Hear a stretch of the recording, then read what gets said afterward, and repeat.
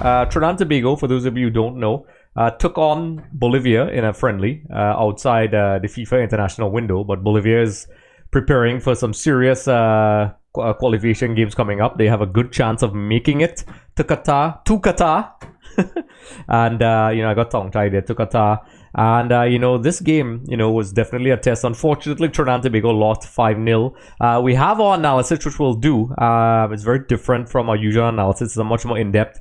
But what we'll do is we'll take a quick look at Trinidad Tobago's head coach, Angus Eve's summarized post-match comments. Now, before we do that, we also have the full version of that available. We'll put a link in the description below for the full length of the comments after the game, for those who want to listen to the entire thing. But this is a very condensed version. So let's take a look, folks. I haven't played a game where the opposition brought oxygen tanks to the training for you, and they put 2 oxygen tanks in the dressing room for you for the game and 2 on the bench. That alone tells you what they know to be their strengths and what they know that would hamper us. It was very difficult in the warm-up. I hope you don't get upset with me, but in the warm-up we lost Coach Clayton Ince, and he was just jogging around and kicking ball to the goalkeepers and warming them up, and he fell ill and had to go and be taken back to the dressing room and given oxygen, and Marvin had to finish the warm-up for Fonset. It was difficult to execute the game plan simply because the players physically was, for the first 35 minutes, 33 minutes, we limit them to shooting from outside the box and not getting those balls that they like to play for the captain that he normally spins on the back post. We had a full data analyzation of everything that Bolivia has done in the last 3 matches. And we dissected the way that they play the 3-5-2, the way that they attack. They try to come to the middle and then go to the flanks. They whip the ball inward from the left side and straight across from the right side. So basically, from that standpoint, we prepared for that. What we didn't prepare for was the players losing oxygen as much as they were, as fast as they were. If you look, the midfield was spent after the first 32nd minute, where we were firmly inside the game and firmly in the game, and and limited them just to shots.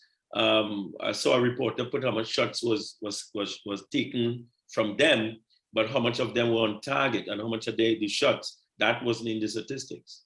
So Ryan was the player to occupy as much as possible, because he was one of the fitter players that we actually had, because he had a full season, and hence the reason why we use Ryan in that case. And if I check his GPS now, you'll see the amount of mileage that he put in.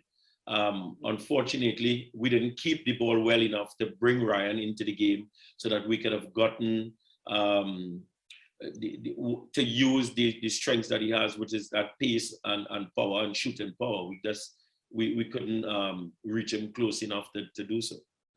There was a number of other players that we wanted to see who we have not seen, but the clubs wouldn't release them because the game was out of the window. We also knew that the game was out of the window, so we knew that we couldn't have a certain amount of players, but we wanted to give some of the younger guys. Rashford has been knocking in the door for a long time.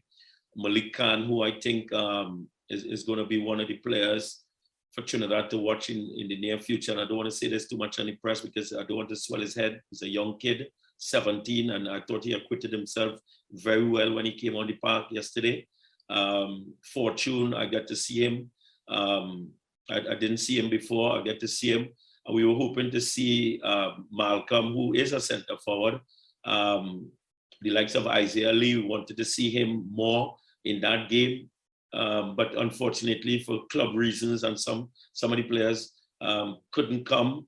We also wanted to see Dwayne Muckett would have been that midfielder playing that number 10 role, and also Liam Archer would have been at the back. Unfortunately, they had visa issues and they couldn't go. And Jermaine Neptune, he was playing tremendous football before we left. And so some of the players that we actually wanted to see, we didn't get to see them in this trip. Is that the guys went out there and they gave of the best. And I know that people watching the five, and I'm really, really extremely disappointed, not just for the guys, but for the country, because I know 5-0 is always 5-0. You could try to sugarcoat it how much it was, but it was really difficult for the guys out there. And I give them a lot of kudos because Uruguay were beaten 3-0, and Uruguay had the likes of Suarez. They had, Caceres at the back, the captain, Godin, and all these players, and they were beaten 3 and we were beaten 5. So it's a difficult place to go, but we'd have learned a lot of lessons from the travel, for the intense travel, and the professionalism in which we've been treated here. If we only get half of that back home, maybe we do well for the country. Just a reminder, everyone, for more episodes with Shaka Hislop, be sure to head over to our YouTube channel. Also, don't forget to subscribe for more updates, interviews, and content.